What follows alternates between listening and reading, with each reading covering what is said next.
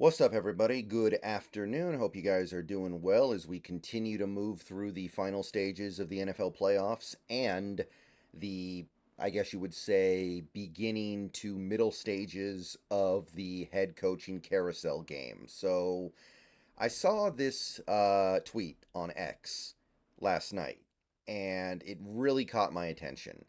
This tweet that you have on your screen right now shortly after the hiring of Brian Callahan as the Titans head coach, this Tyler DeCina of DeCina Sports on X made a very interesting observation.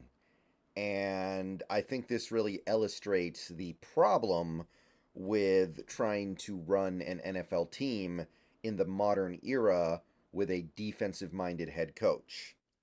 So let's take a look at what he says here.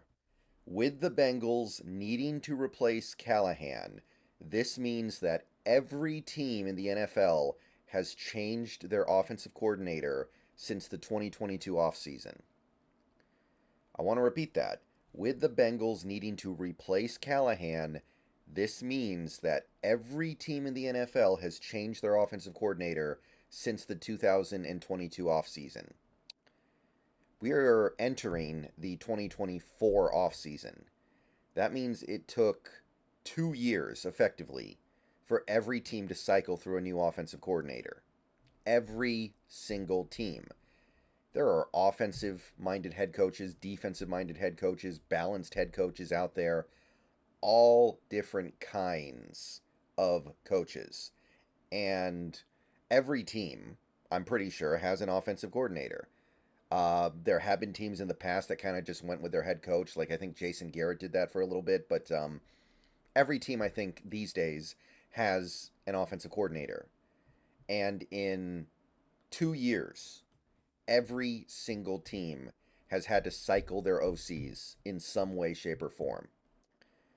I had no idea it was like that. I knew there was heavy turnaround at that position. I knew there was a lot going on when it came to offensive coordinators cycling in and out because if you're good, you get promoted, and if you're bad, you get fired. That makes sense. But this really highlights the issue with having an offensive coordinator as the driving force behind your offense. And it really highlights something that John Schneider said at his press conference that he gave about a week ago. And it really hammers the points that he made as being very true and is why I think making the right hire here is so important for the next couple years of the Seattle Seahawks in terms of winning and losing. I mean, understand that I do not dread having rebuilding years. I do not dread having bad years. I do not dread going 4-13 if that's what it takes. But I feel like this Seahawks team right now has enough talent to make some noise in a postseason. They just need the right coach. So I'm not looking to rebuild right now. I'm not looking to blow it up right now. 2, 3 years ago, different story. I would have said, I think we need to blow most of this up. I'm not feeling that way right now.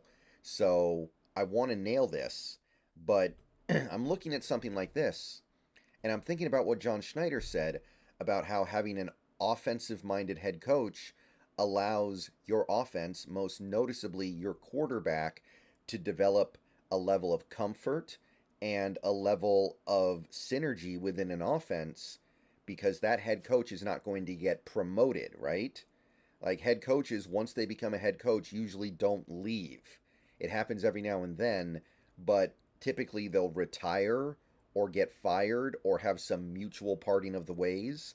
You're not going to see a head coach go, you know what, I want the head coaching job in this team. So I'm going to leave my team and go to this team. Usually you don't see that kind of thing happening. So once you're the head coach, you're entrenched as long as you do a good job, basically. The only way you leave is if you don't do a good job or you really want to leave for one reason or another. A team like the Seahawks shouldn't have to worry about that scenario that much. It's not a huge market team. It's not like the Cowboys. It's not like it's not even like necessarily a team like the New York sports teams, but it's a team that has been way more good than bad over the last 25 years or so, and it's a team that has deep pockets. So that should not really be a thing that the Seahawks have to worry about. There are teams out there that maybe would, like, I don't know, the Las Vegas Raiders right now, I guess, could end up with a good head coach who eventually goes, you know what, I want out of here. I hate this place. I hate the owners. I hate how cheap we are. Blah, blah, blah, blah, blah. Get me out of here. Let me go to another city. Excuse me. Seahawks shouldn't have to worry about that much. So when you get the head coach and the head coach has an offensive mind and he finds something, you're good. And as of right now, it sure seems like that is the most important thing in football, to be able to build a long term relationship between a coach and a quarterback and give him that stability on which to build, which is why they say what they say. So I think when you look at something like this, it becomes very clear why head coaches that are offensive minded have more success in the NFL right now than defensive ones. Like, we are a couple weeks away from seeing probably Kyle Shanahan and John Harbaugh in the Super Bowl. Now, Harbaugh is a special teams guy originally, so he's kind of balanced. Kyle Shanahan is certainly an offensive guy. If it's not John Harbaugh, by the way, it'll be Andy Reid, definitely an offensive guy. And I've talked at length before about how you look at recent Super Bowls. Sean McVay, Zach Taylor. I don't even think Zach Taylor's that good, but he's certainly an offensive-minded coach. Um, Nick Sirianni, Andy Reid again, Kyle Shanahan again, Andy Reid again, Bruce Arians. Most of these guys are offensive minds. Most of these guys make their bones on the offensive side of the ball. And when you look at something like this, it really highlights this idea of, if you have a defensive head coach, even if you get a really good offensive coordinator, he's just going to get picked after a couple of years. And you're going to need another offensive coordinator. And even if the next offensive coordinator you get is good, it's still going to change stuff. He's still going to do things differently, and that's going to upset the stability of your quarterback and your offense. So it'd be one thing if you could hire a good offensive coordinator and expect to keep him for 4 to 5 years. That kind of turnover would be acceptable, but right now it's looking like it's more like 1 to 2 years. You have one good year as an offensive coordinator, and you're off to a head coaching position. Sometimes you have to do two, but this is an extreme example showing why it is so important that your head coach be the one that runs the offense in the NFL right now. So, something to keep in mind as we go forward. I know people love Mike Macdonald right now, and you should. There's no doubt about it that Mike Macdonald is special, and I'm not going to be upset at all if we end up with him.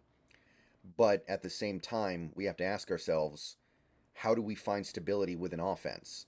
Like, Geno Smith, I don't know how much longer he's going to be here. Could be 1 year, could be several years, but at some point there's going to be a young quarterback. At some point there's going to be some young guy we bring in here.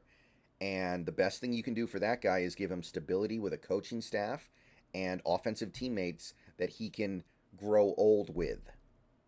And you're not going to do that if you have Mike Macdonald as your head coach and a revolving door of quality OCs every single offseason. Go ask Alex Smith about that. All right, let me know what you think. I'll see you guys later. Go Hawks. Just saw this stat and had to talk about it. That's kind of crazy, isn't it?